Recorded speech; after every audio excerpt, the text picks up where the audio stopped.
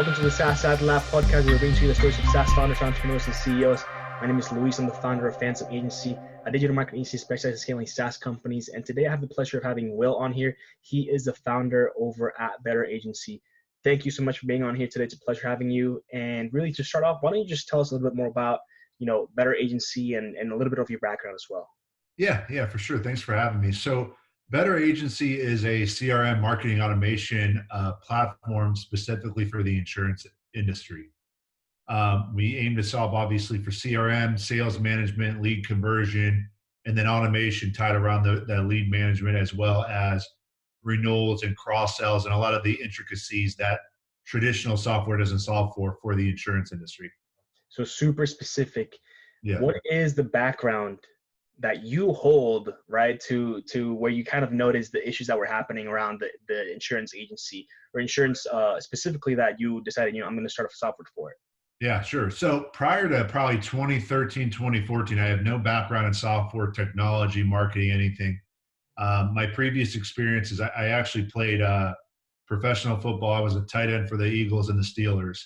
Awesome. And then in 2014, I got injured and found my way to a local Arizona. I'm in Arizona, a local company called Infusionsoft, where I started doing sales and marketing consulting there, learned the software, found my way into the insurance industry, where I left and started a consulting business in 2015, servicing the insurance industry. And so I spent from 2015 through 2018, really, servicing the insurance industry, doing marketing, sales consulting, and basically helping their tech stack. So putting all the different pieces of the puzzle together. And what I realized was, hey, we're kind of just, there's a lot of different systems out here we're using. There's a lot of pain points in terms of, there's a lot of areas and points where systems can fail. A lot of different softwares we're using. Prices getting up there too when you start stacking up that much. Right.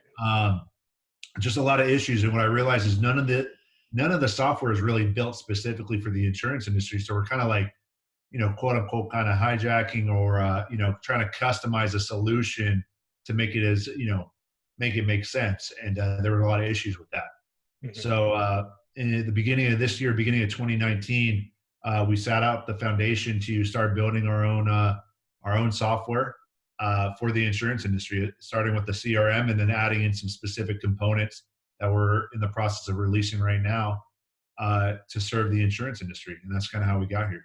So that's awesome, first of all. And it looks like quite, the journey aside from, or the entire thing, right? But how was the transition from, playing football over to Infusionsoft? Because you didn't necessarily have the background to be in Infusionsoft, it sounds like. I mean, obviously you got there, but it doesn't sound like that's what you wanted to do initially. No. So yeah, when I got out of football, I was really just trying to figure out what is kind of next. Random enough, my wife actually worked at Infusionsoft, and she ran the social marketing team there. And it was like, hey, this could be a good opportunity. I could get you. Basically, my wife got me a job learning the software there, and I kind of like just moved through the ranks of implementing the software, learned the tech stack, and then really spent a lot of my time and resources into sales and marketing consulting. And that's kind of how I got my start. Very, very cool. How involved is she right now with BetterAgency? My wife? Yeah. Really none at all, actually. Nice. So none at all, but she is I do owe a lot of credit to her to at least getting me started at Infusionsoft. Totally, right. So like everything happens for a reason, right? And then there's like the sequence of events that kind of put you at the right time, at the right moment for something big. And that's awesome. Now, as far as, marketing and stuff like that, which is obviously something that I'll talk about in the podcast, but like, how have you been growing the company so far? Like, you sound like you obviously had, connections in the insurance space beforehand, and you had your clients before that you were helping out on a little bit of a different, basis, I guess. Yeah. My thoughts are, he created the software, he had the contacts, started talking to those clients about it. They start using it, and then kind of goes from there. But what does it look like a little bit more in detail? So I had a lot of goodwill in the industry. I had previous clients and a lot of connections, a lot of partners that I had already established myself with. And as I started rolling out this idea and getting feedback, it just kind of started spiraling in terms of, okay, people were really interested. This is a big need. let us know when it's ready. And so it made it really easy from the start to, let me go find maybe my group of 5 to 10 people that I want to call my beta users that I'm going to survey, make sure we're solving for the right pain points from the start, and kind of essentially give them the application for free as we start rolling out iteration after iteration. We did that for a couple months and had that core group. But to this date, we've really only scratched the surface for what we're doing with marketing. We're not really doing any paid advertising yet.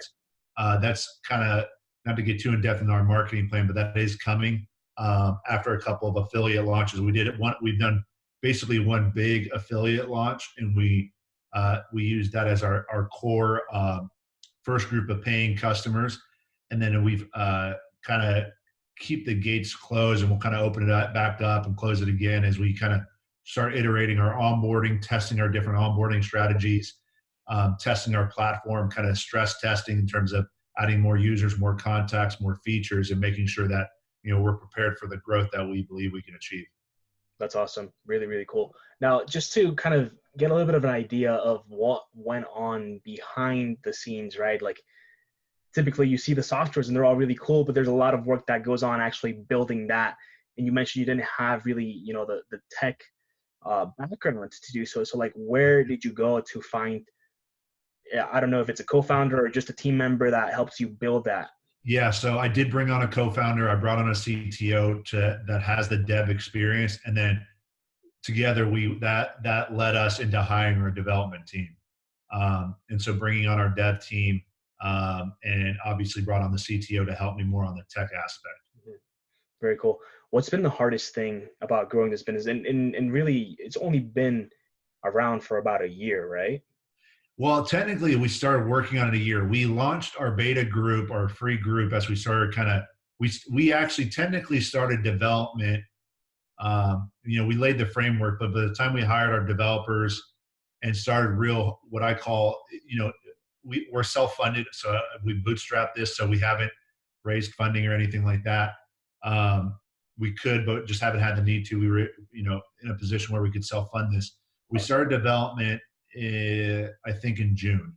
So we did it from basically June 1st, brought on our first few beta users that were actually on the application in July, and then started getting our first paid users in mid-August to September timeframe, and then did our first actual launch the beginning of basically October 1st was the first full price paying customers we started bringing on. We did about a 2-week. We had it open for about 2 weeks before we kind of shut it down for a while. We've had a couple people trickle in throughout that time frame, but we did a launch basically to help us get to profitability and stress test our system, and then we'll be doing our next launch probably in the next week or so. That's awesome. For launching, where are you posting about it? As far as like, how are you getting the word out about, we're launching today, like get in before it closes again kind of thing? Yeah. So so we have a couple of marketing channels, most of which we haven't touched with, but our first one we went with was our affiliate channel.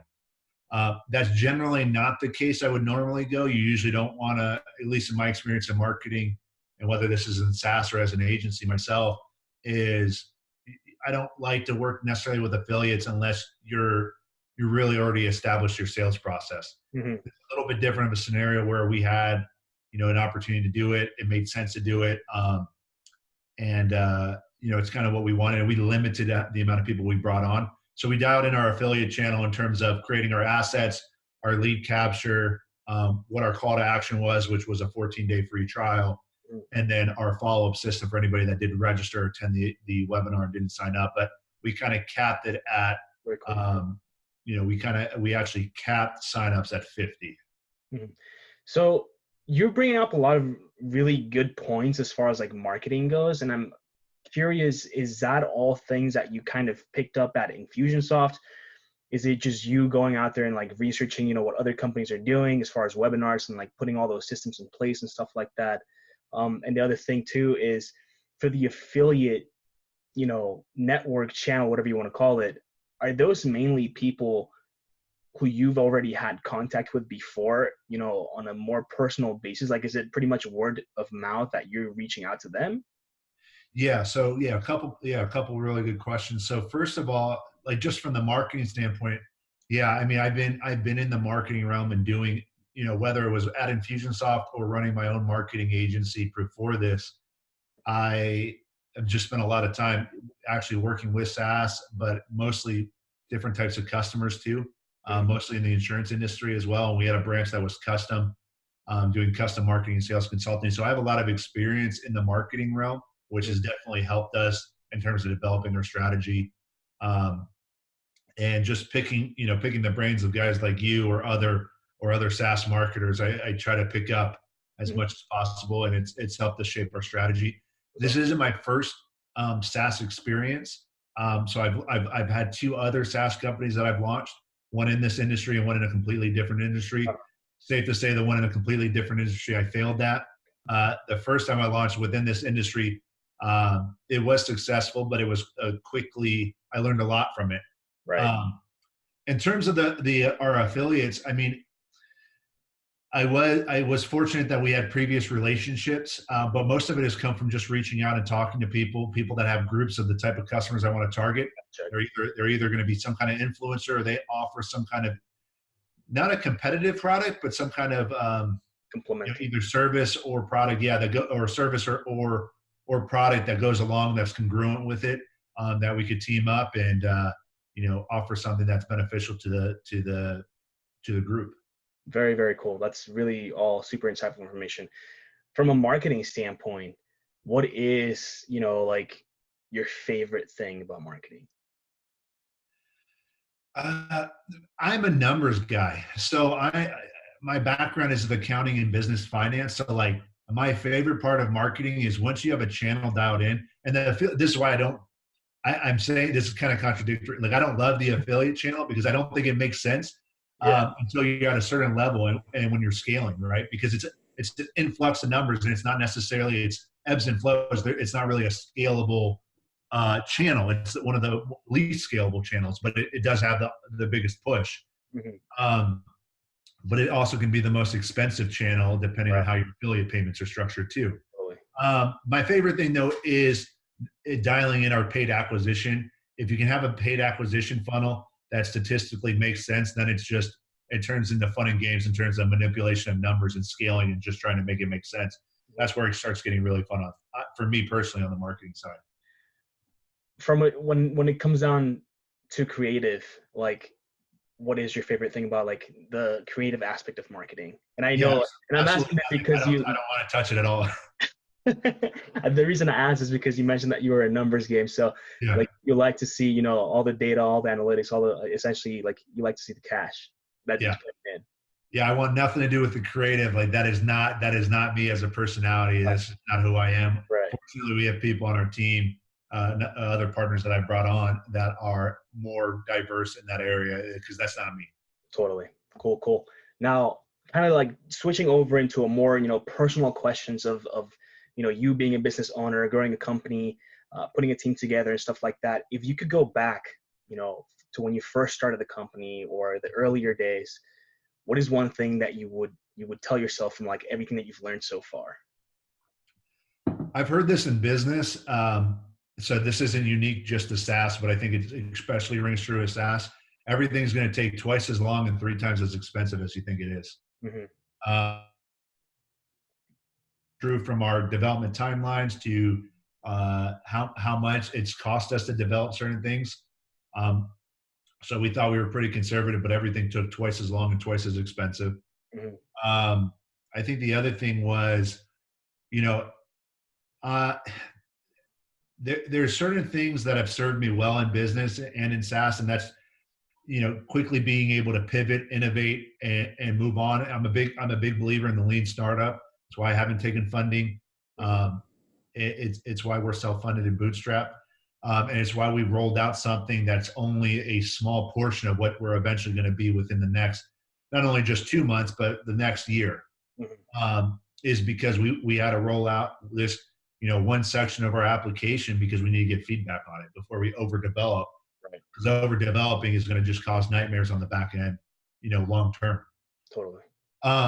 So I think that's another important lesson. And I think the other thing, probably the other lesson I've learned coming on the outside is like the amount of time, do not sacrifice the time to roll. rolling things out quickly is important and being able to iterate, but don't sacrifice the time to really design it and lay it out and really think through how everything's going to fit with each other. Because the more features you have, the more different areas of your software you have, the more complicated it gets to roll out what might seem like a simple feature, because now you got to think about how it connects with everything. And so we kind of learned that a little bit more on the hard side. Totally. That all makes sense. And really, so what are your thoughts essentially? Because that kind of contradicts that, I guess a common thing that is said around too, which is I forgot how exactly it goes, but essentially like don't launch too late. Yeah. What you don't want to, yeah, I believe in that. Don't launch too late. So I know. So what I'm saying is as an entrepreneur, you want to have everything dialed in before you take it to market, right? You want a full Ferrari that's just ready to go, plug and play, everything's good to go, and it's already done. The issue with that is how long it's going to take to develop, how expensive that's going to take to develop, and what happens when you roll all of that out and nobody wants it. You might think, like, I have experience in the insurance industry. I can sit here and tell you what people think, but what's going to tell me what people think is what are they willing to pay for, right? And so if they're paying for something, then that's a different point than me asking them. And so instead of rolling out a Ferrari, what if I rolled out like just a V6 engine and like a Geo Metro, right? Like what if I started with a Geo Metro frame with like, some cloth seats that are all holy and stained with like with a nice V6 engine? What if we started there, right? I might not be able to charge the Ferrari price point, but it's only going to cost me a couple grand to build that. And compared to a Ferrari, I can get to market quicker, and now I can get feedback on this V6 engine. If that analogy makes sense. So the thing is like, we're building a CRM marketing automation platform. What goes into that? Contact management, pipeline management, emails, tasks, text messages, eventually a VoIP system, landing pages. There's a bunch of stuff you start stacking on, plus all the insurance integrations that we have to get into, which is a whole nother side.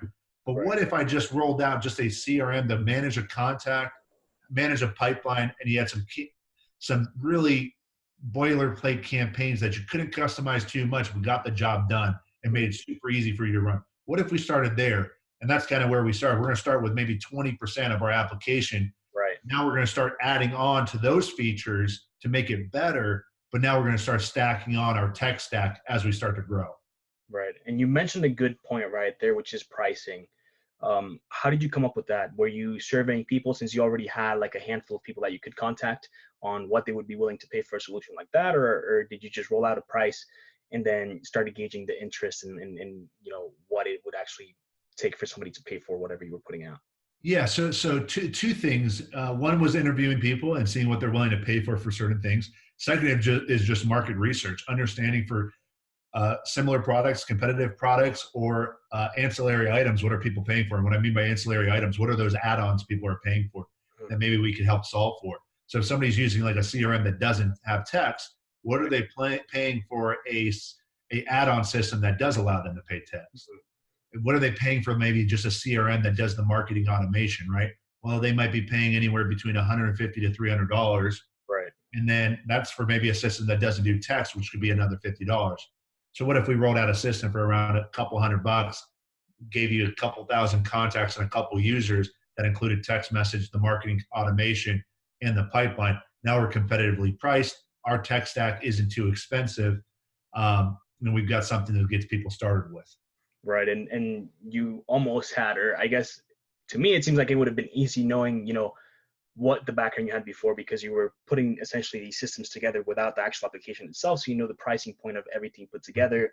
And then depending on how you want to price it, you could go higher because you have the advantage of having it all in one place, or you could go lower to make it kind of like a no-brainer deal. Right. And one of our big strategies here is like, hey, our product might only be here, right? But if our service is up here, people are going to stick longer with a company that has over-the-top service, right, and a poor or a limited product versus people going to a great product with terrible service. At least that's been my experience and what my studies have shown me.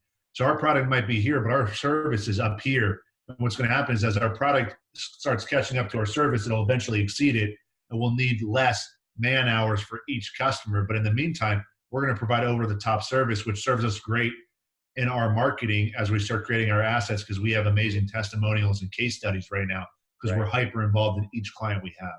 Awesome. Love the sound of that. Now, when it comes down to essentially like, back to those more personal questions, and actually before I ask this, how big is the team right now? Our total team is 10. Okay. And that includes our development team, project manager / QA, and then our CTO and any other partners or related staff that we have on support, onboarding, sales, marketing, everything like that. What does it take to build a good team? Part of it is, it really depends on what role. I built teams both obviously for this SaaS company, but also in my previous companies. I think it's personality fits. Making sure no matter what, if you can't fit on a personality, it's going to be challenging to make it work. Right. Like I'm an OCD, over communicator, very organized person. If you can't be on time, like I'm 5 minutes, I'm 5 minutes early and I'm considering you late, right? Like if you can't be on time, it's just not going to work, right? So there's certain like making sure that from a personality and a communication style that we're on the same page and we can understand each other. I think the other thing is making sure that we have complementary abilities and that we can complement, especially on the early days, especially if you're talking about co-founders, right? Mm-hmm. So like I brought on a CTO because I need somebody that can make up for my limitations on the tech side. We brought on somebody else to help on sales and marketing because I can't handle all of the marketing just by myself. Right. We brought on somebody just to help with support because I can't do it all myself. So being able to bring on complementary people that can help, create a team for success, I think is a big thing. And bringing that team together is also another very important aspect. That last point, does that mean everybody's in-house? It does mean right now, everybody's in-house. Now we have, most of our team is in Arizona, but we do have people spread out throughout. Yeah, that's what I meant actually. Not in-house, but remote or. We all work remote. I mean, one of our guys actually, I do work out of downtown Chandler if I do happen to go into the office, but we work out of a co-working space. But we do have, one of our team members actually lives a couple miles up the road, and we just do everything remote for the most part. Yeah. That's the fortunate thing about Zoom is Zoom and Slack is it keeps things pretty dialed in. Totally. Very cool. Now, another more personal question too. Earlier, you mentioned that I think you said your wife, right? So obviously, entrepreneurs, a lot of time in the work space. How do you manage, like relationships, especially close ones? Like, what are the challenges there, and how do you keep everyone happy? Yeah. So fortunately, my wife is also an entrepreneur. She runs a wedding photography business, so it makes it really understanding. I believe that as an entrepreneur, you can't be successful in business if your house isn't in order. Mm-hmm. I've been a part of too many masterminds and seen too many intelligent people fail at business because at home things aren't correct. So I think in order for you to be successful in business, you have to have your home life in order. So I'm very passionate about like my quality time and where I need to spend time with whether it's my wife or my family or personal relationships. I keep things very organized. Like I'm a 4:30 a.m. kind of person to get through my personal stuff through 7 a.m. So that for me, that's working out, that's meditation, that's reading, that's prayer. And then from 7 a.m. to about 4 p.m. to 5 p.m., depending on the day, is basically dialed in work time for me. Right. But from 5 p.m. from 5 p.m. basically till 7 a.m., my phone is on basically night mode. You can't get a hold of me unless you're somebody that's an approved contact. I just won't pick up the phone. Unless we book a podcast. Yeah. Cool. Awesome. So that sounds like really it's just a matter of discipline, right? Yeah. I intentionally leave my phone away. Like I'm not on it. And that's done intentionally. Just, spending time with, whether it's my dogs, family, friends, my wife, like you got to have a separation of church and state. I think entrepreneurs struggle with that sometimes, especially in the startup, because it's, it's kind of go. But if I can't mentally be dialed in, then I'm useless anyways. And part of that is I need my time away from the computer or work or whatever it is I'm working on. Totally. Super, super important, I think. Now, second question here, or not second question, I don't know why I said that, but as far as software companies go, like which ones do you look up to? Which ones do you think are just like crushing it and you kind of studying and what they're doing in the market space and stuff like that? Yeah. I there's a lot of good ones, especially in Arizona. There's a lot of really cool programs with like Startup Grind and like Startup AZ and a bunch of other programs. Like there's cool people I've been able to connect with. I'm an investor in another SaaS company in Arizona in the fitness space, and that's going really well. So it's happening here locally in Arizona. I don't know that there's one like that I specifically follow or say, this is kind of what I look up to. I think everyone has their own story and their own definition of success. Mhm. I think a lot of people are in love with SaaS because they see the multiples that they sell for, acquire for. Right. I don't know that everybody understands the amount of work or effort that it goes in to get to those levels, and Right. then be able to be in the right industry and have the right volume and the right timing to be able to achieve that goal, if that's your goal. Um, and so, I think what's most entertaining or fun to watch is that how quickly you can get a startup SaaS company off the ground if you do it right. Mhm. I think what's also fun is watching people reach different struggles. Like for us, it was getting the product off the ground, then it was getting to profitability. Now it's getting to our next threshold, and then the next threshold after that. I've had a couple friends go from, hey, how do I get to 10K MRR? Now they're going to 50K MRR. Now the big push is to get to 100K MRR, Yeah. right? Adding that extra zero to your MRR is a big deal. And those are really cool thresholds that I'm getting to watch people kind of cross, and that's always fun to see. Totally. Super awesome. I see a couple of books back there, so I'm gonna go ahead and ask, what's your favorite book? Man, it's probably whatever I'm currently reading. Okay.